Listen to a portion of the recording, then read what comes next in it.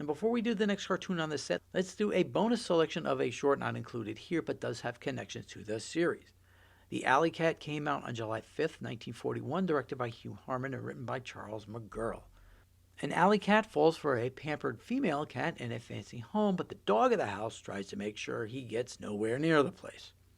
This not only set the template for a few future Tom and Jerry shorts, but it also introduces several characters who would show up later.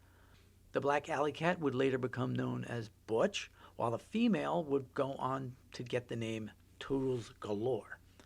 The dog is called Rover here, but bears a lot of resemblance to Spike. Don't bulldogs all? It would have been nice to have included it here on this set since the short isn't that readily available. It's an extra on a William Powell Myrna Loy film on some collection there. But since it wasn't done by Bill or Joe, it's an understandable omission. One other interesting thing, the sound for Butch's meowing sounds kind of cat-like, but also like another character we'd see later on. The Midnight Snack was released 2 weeks after The Alley Cat on July 19, 1941, with a story by Cal Howard. Yep, we know his name from Warner's. As the name of the cartoon implies, it takes place in a kitchen at midnight. Jerry, so named now, raids the refrigerator for cheese and uses a celery stick as a bridge. Tom, so named here, catches him and a chase ensues throughout the kitchen involving various appliances and food. Jerry outsmarts Tom, who ends up trapped in the refrigerator covered in food when Dinah discovers him.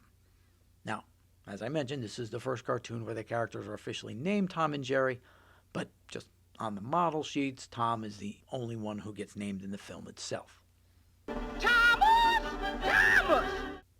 The Night Before Christmas came out on December 6, 1941. We mentioned this on the Academy Awards set the day before. Jerry's having fun playing with toys around the Christmas tree. He mistakes the sleeping Tom for his stuffed toy and accidentally wakes him up, leading to the usual cat and mouse chase. Now this one gets two commentaries, one from Mike Malloy and the other from Earl and Nicole. One thing that comes out in this short that would develop later in the series is the genuine connection the two have despite their antagonism. The part where Jerry is out in the cold and Tom goes to rescue him shows they actually do care for one another even after trying to smash each other over the head with every item in creation. Also, it does have a lot of similar sections to the later Friz Freleng cartoon Hair Force. Like I said, you know Friz. Now, this one is the first cartoon on the set that I definitely remember seeing on TV, as we mentioned, probably in the TBS Christmas special. It's wonderful to watch that time of year. So now, on to a new year.